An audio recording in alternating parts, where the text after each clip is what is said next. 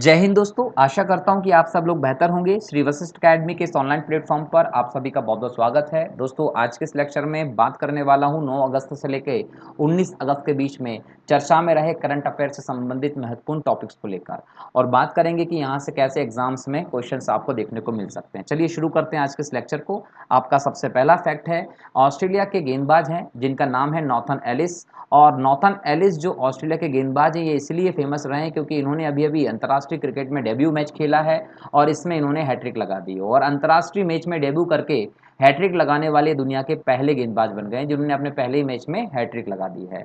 जब हैट्रिक की बात आती है दोस्तों, तो यहाँ पर यह भी जानना चाहिए कि हैट्रिक क्या है। जब भी क्रिकेट में कोई भी खिलाड़ी लगातार 3 बॉल पे 3 विकेट ले लेता है तो इस व्यवस्था को हम हैट्रिक कहते हैं। और भारत के संदर्भ में अगर देखते हैं तो भारत के कई खिलाड़ी ऐसे रहे जिन्होंने क्रिकेट इतिहास में हैट्रिक लगाई है।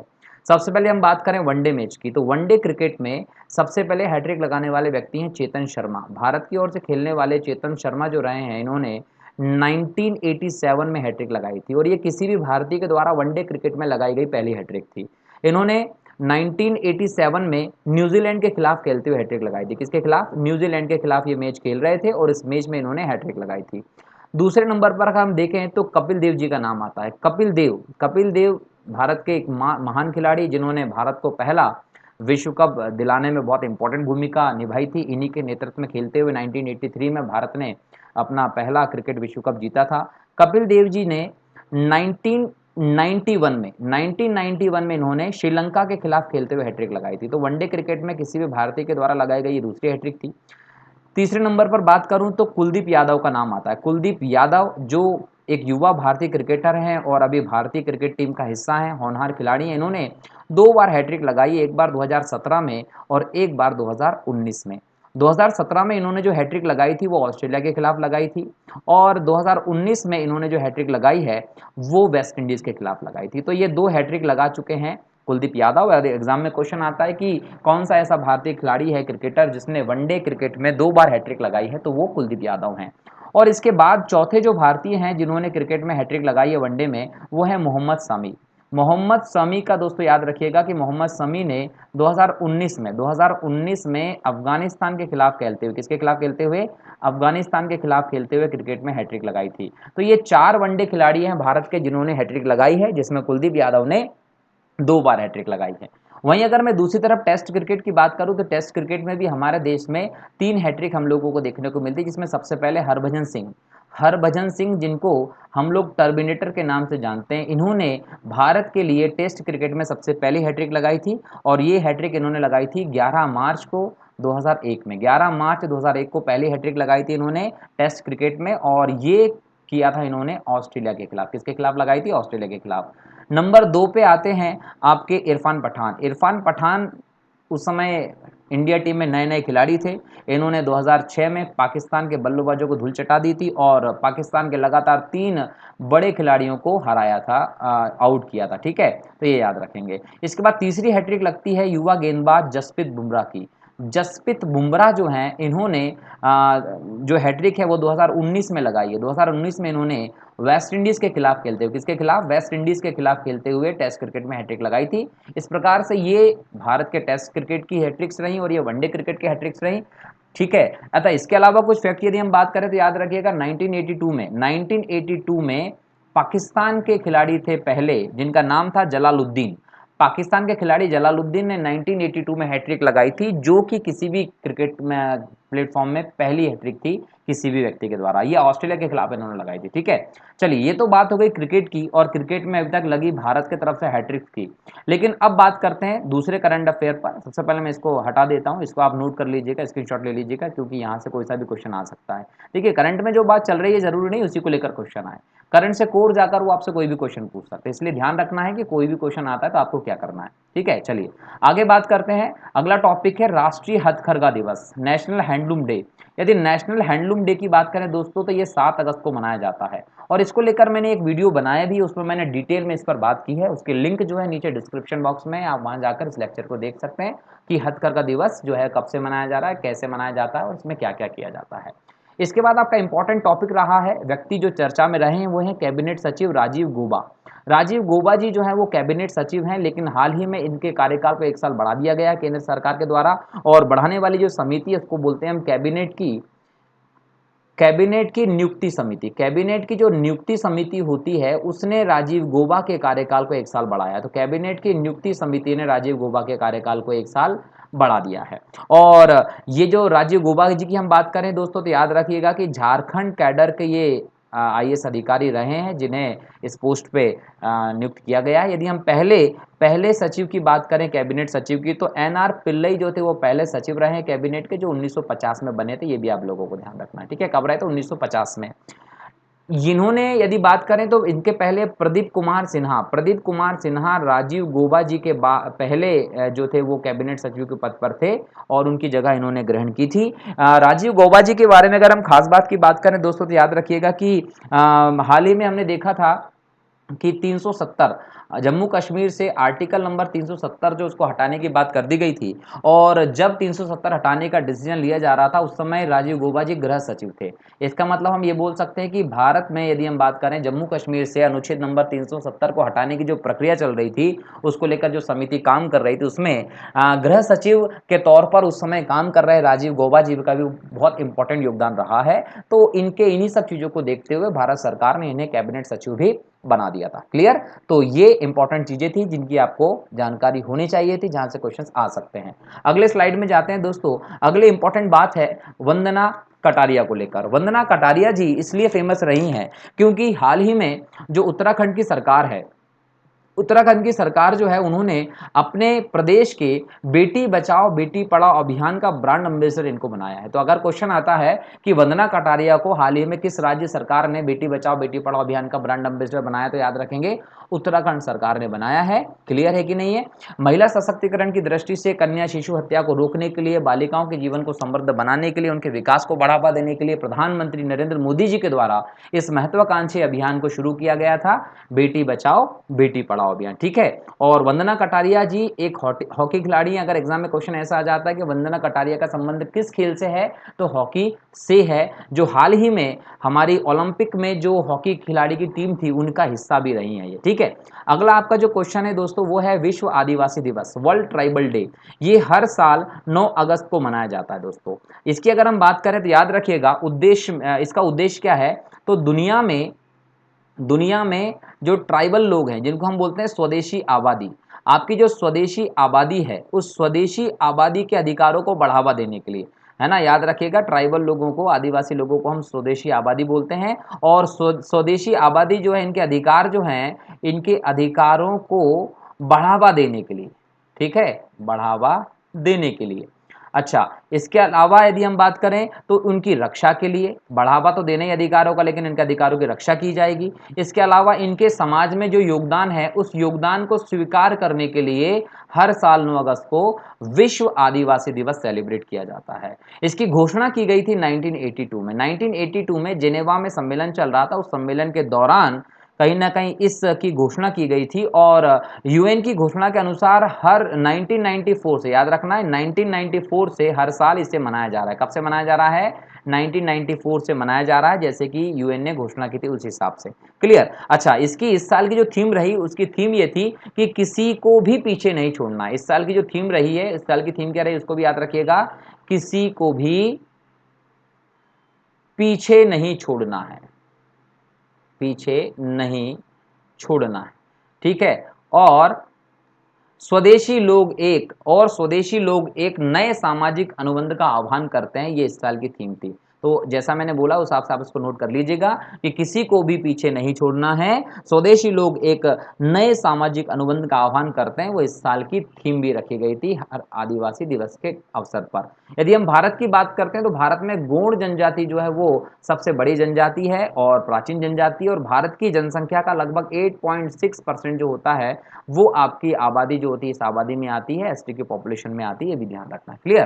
तो ये कहीं ना कहीं स्वदेशी आबादी समूह समूह जो है हमारा, उसके योगदान को रेखांकित करने के लिए, उनके अधिकारों की रक्षा के लिए, उनके अधिकारों को बढ़ावा देने के लिए वैश्विक स्तर की एक पहल है, जो कि हमारे देश में भी 9 अगस्त को मनाया जाता है। इस दिन सोशल मीडिया के माध्यम से और टीवी, टेलीविज़न, समाज, न्यूज़पेपर जो भी होता है, हर एक माध्यम से समाज में जागरूकता फैलाने का काम करता है। और हमारे यहाँ तो इसको लेकर एक बड़ा अवसर पर यहाँ पर रैलियाँ निकलती हैं, आयोजन किया जाता है। हालाँकि इस बार यदि हम बात करें लास्ट 2 साल से, तो कोरोना के कारण इन सब चीज़ों को आयोजन नहीं किया जा रहा, लेकिन अपने-अपने लेवल पर इसको सेलिब्रेट किया जाता है, ठीक है। अगला आपका दोस्तों जो टॉपिक है वो है विश्व शेर दिवस। विश्व शेर दिवस की बात करें तो जिसे हम वर्ल्ड लॉयन डे के नाम से जानते हैं, इसे हर साल 10 अगस्त को मनाया जाता है। दोस्तों याद रखिएगा कि शेरों की यदि हम बात करते हैं तो शेरों की आबादी घटती जा रही थी, और लास्ट ईयर तो हम लोग देख रहे थे कि हमारे यहाँ पर गिर राष्ट्रीय उद्यान जो है वहाँ पर शेरों को एक अलग प्रकार की बीमारी चल रही थी और शेरों की संख्या में कमी हो रही थी। तो कहीं न कहीं हम लगातार देख रहे हैं कि वैश्विक स्तर पर शेरों की संख्या में कमी हो रही है। अतः हमारे जैव विविधता की दृष्टि से शेरों की संख्या को संरक्षित रखने की ज़रूरत है, बढ़ाने की ज़रूरत है। इसीलिए कहीं न कहीं इस क्षेत्र में जागरूकता फैलाने के लिए 2013 से हर साल शेर दिवस के तौर पर मनाया जाता है। तो याद रखिएगा कि शेरों की संख्या में बढ़ाने के लिए, लोगों में उसके प्रति जागरूकता फैलाने के लिए हर साल 2013 से शेर दिवस जो है वो मनाया जाता है, ठीक है? याद रखना, ओके। चलिए, कब मनाया जाता है? तो 10 अगस्त को मनाया जाता है। अगला जो आपका इंपॉर्टेंट टॉपिक है दोस्तों वो है कि भारत और सऊदी अरब के बीच, ये नाम याद रख लीजिएगा, भारत और सऊदी अरब के बीच अल मोहद अल हिंदी 2021 नामक अपना पहला नौसैनिक अभ्यास किया गया। ये पहला नौसैनिक अभ्यास था, ये भी याद रखना। इस अभ्यास के बारे में भी मैंने एक लेक्चर में डिटेल में डिस्कस की है, जिसकी लिंक डिस्क्रिप्शन में दी है, वहां जाकर आप इस लेक्चर के बारे में भी देख सकते हैं।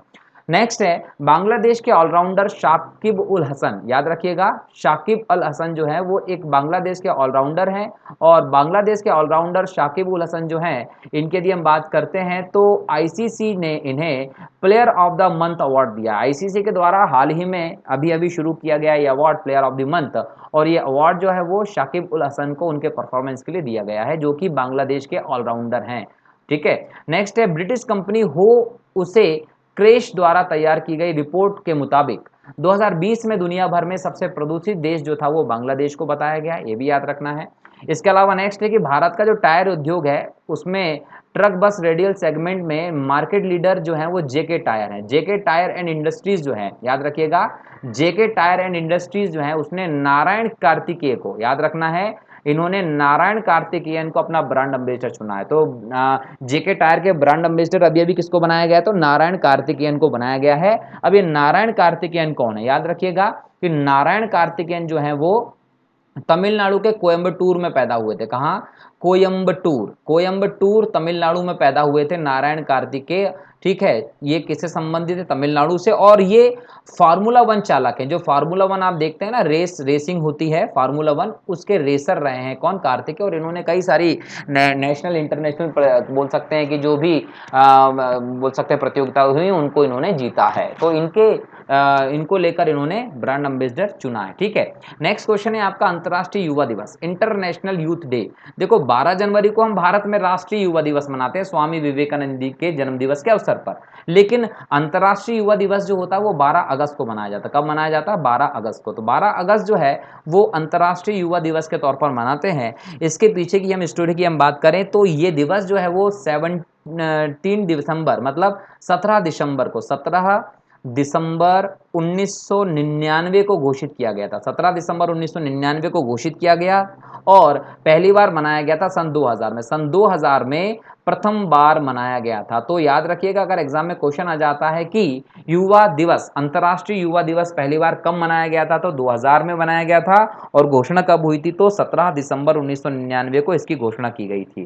क्लियर? चलिए, और यदि हम बात करें तो यूएनओ जो है इसने इसकी घोषणा की है। यूएनओ ने इसके अलावा यदि हम बात करें तो 1985 को युवा वर्ष भी घोषित किया था। क्लियर? चलिए, अगला जो आपका फैक्ट है वो है एयर इंडिया की कैप्टन जोया अग्रवाल को संयुक्त राष्ट्र में महिला प्रवक्ता के रूप में नियुक्त किया गया। बहुत अच्छा है, महिला सशक्तिकरण की दृष्टि से देखें तो एक सम्मान है कैप्टन जोया अग्रवाल, जिनको संयुक्त राष्ट्र में महिला प्रवक्ता के रूप में चुना गया। जो काय की पायलट थी, तो याद रखिएगा जो एयर इंडिया की पायलट रही हैं।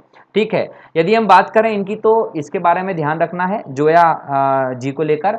नेक्स्ट है दोस्तों कि पाकिस्तान ने 290 किलोमीटर रेंज वाली, हाल ही में जो है पाकिस्तान ने 290 किलोमीटर रेंज वाली सतह से सतह पर मार करने वाली एक बैलिस्टिक मिसाइल का परीक्षण किया था, जिसका नाम था गजनी। तो गजनवी मिसाइल जो है वो किसकी है, तो याद रखिएगा पाकिस्तान की मिसाइल है। ठीक है, अगला आपका फैक्ट है जेम्स एंडरसन को लेकर। इंग्लैंड के बॉलर हैं जेम्स एंडरसन, जिन्होंने टेस्ट क्रिकेट में 35,000 गेंदें फेंक दी हैं।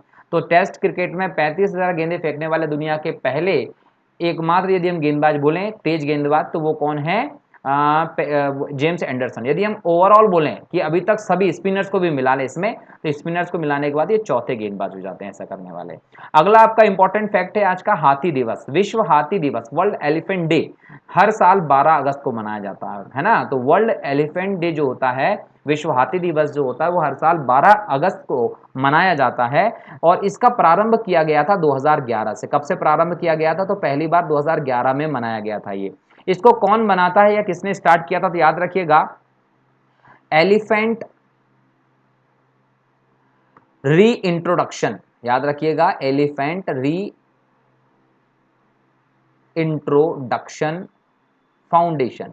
कौन सा फाउंडेशन है, एलिफेंट री इंट्रोडक्शन फाउंडेशन नाम का जो संस्थान है ये। और इसके अलावा दो खिलाड़ी जिनका नाम है सिम्स, पैट्रिसिया सिम्स, एक का नाम क्या है पैट्रिसिया सिम्स, और माइकल क्लार्क, ये इन लोगों ने मिलकर इसका प्रारंभ किया है। कब से किया है, 2011 से। और पहली बार ये मनाया गया था 12 अगस्त 2012 को, फर्स्ट टाइम 12 अगस्त 2012 को मनाया गया था। ठीक है, इसका उद्देश्य क्या है, इसका उद्देश्य है कि हाथियों की जो सुरक्षा है, हाथियों का जो संरक्षण है, हाथियों की जो दुर्दशा हो रही है उसकी तरफ लोगों का ध्यान आकर्षित करें। आप सब जानते हैं कि हाथी जो है वो धरातल पर एक सबसे बड़े जानवर के तौर पर मौजूद है और इसकी संख्या जो है वो लगातार कम होती जा रही है। इसीलिए 2011 से इनके द्वारा ये मूवमेंट प्रारंभ किया गया है। अगर हम हाथियों की बात करें दोस्तों, तो याद रखना एशियाई और अफ्रीकी हाथी जो होते हैं उनकी दुर्दशा ज्यादा हो रही है। तो एशियाई और अफ्रीकी हाथी की दुर्दशा ज्यादा हो रही है, तो जरूरत है कि हाथियों के इस संख्या को बचाया जा सके, उनकी प्रजाति को और भी आगे ले जाया जा सके। ठीक है, अच्छा भारत में अगर हम पर्टिकुलर बात करते हैं दोस्तों, तो याद रखना कि भारत में 5 साल में, हर 5 साल में हाथियों की गणना होती है। हाथियों की गणना कब होती है हमारे देश में, तो याद रखना 5 साल में होती है। और यहाँ अगर हम 2012 की गणना की बात करें, तो 2012 की गणना में भारत में लगभग 29,576 हाथी थे। कितने, 2012 में 29,576 हाथी थे। लेकिन वहीं हम 2017 की बात करें, तो 2017 में भारत में लगभग 27,312 हाथी रह गए हैं। तो जहां आपके पास 29,576 हाथी थे, वहीं 2017 में 27,312 हाथी रह गए। मतलब हाथियों की संख्या जो है वो बहुत बड़े पैमाने पर कम हुई है। तो यहां पर इस डे के मनाने का उद्देश्य केवल यही है कि हाथियों के संरक्षण के प्रति, हाथियों की होती दुर्दशा के प्रति लोगों को जागरूक किया जाए और लोग इस प्रकार की घटना न करें जैसे कि भारत में देखी गई थी कि कुछ लोगों ने अनानास में एक बम लगाकर हथनी को खिला दिया था और हथनी और उसके पेट में पल रहे बच्चे दोनों का ही मौत हो गई थी और हथनी एक नदी के अंदर खड़ी रही थी, है ना। तो ऐसी घटनाएं जो वो ना हो और ऐसी घटनाएं करने वाले लोगों को सख्त सख्त सजा दी जाए, इन सब को लेकर जागरूकता फैलाई जा रही है। दोस्तों हाथियों के बारे में अगर और बात करूं मैं, तो यहाँ पर कुछ फैक्ट में चर्चा करूंगा कि जैसे हाथी जो होता है वो 12 से 18 घंटे तक फल फूल या घास खाने में लगाता, मतलब इसको 12 से 18 घंटे खाने में लगते हैं। और यदि हम देखें तो हाथियों की विशेष तौर पर 3 प्रजातियां हमें दिखाई पड़ती हैं। एक प्रजाति दिखती है अफ्रीका, अफ्रीकी सवाना हाथी हम जिसको बोलते हैं, अफ्रीकी सवाना हाथी जो अफ्रीका के सवाना घास के मैदानी प्रदेश में मिलता है। ये आकार में दोस्तों बहुत बड़ा हाथी होता है, एशियाई हाथी की अपेक्षा ये डार्क कलर का और आकार में बहुत बड़ा होता है। इसके दांत भी एशियाई हाथी की अपेक्षा बहुत बड़े बड़े होते हैं। ठीक है, दूसरा होता है अफ्रीकी वन हाथी, जो अफ्रीका के वनों में मिलता है वो होता है अफ्रीकी वन हाथी। तो ये दूसरे प्रकार का हाथी है। और तीसरा हाथी होता है दोस्तों जिसकी प्रजाति चलती है वो होता है एशियाई हाथी। यदि हम एशियाई हाथी की बात करें तो वो अफ्रीका के हाथी की तुलना में थोड़ा छोटा होता है। एशियाई हाथी का वजन यदि मैं बात करूं तो लगभग 3,000 से लेके 6,000 किलो, 3000 से लेके 6000 किलो के आसपास वजन होता है एशियाई हाथी का। वहीं अगर मैं अफ्रीकन हाथी की बात करता हूं तो उसका वजन होता है 4000 से लेके लगभग 7500 केजी तक अफ्रीकन हाथी का वजन होता है।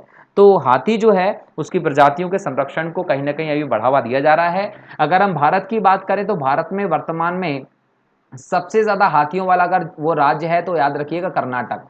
भारत में कर्नाटक जो है वो सबसे ज्यादा हाथियों वाला राज्य है। और अगर हम विश्व में बात करते हैं तो विश्व में बोत्सवाना, अफ्रीका का एक देश है बोत्सवाना। बोत्सवाना जो है यहाँ पर विश्व के लगभग 25% हाथी हैं। कितने?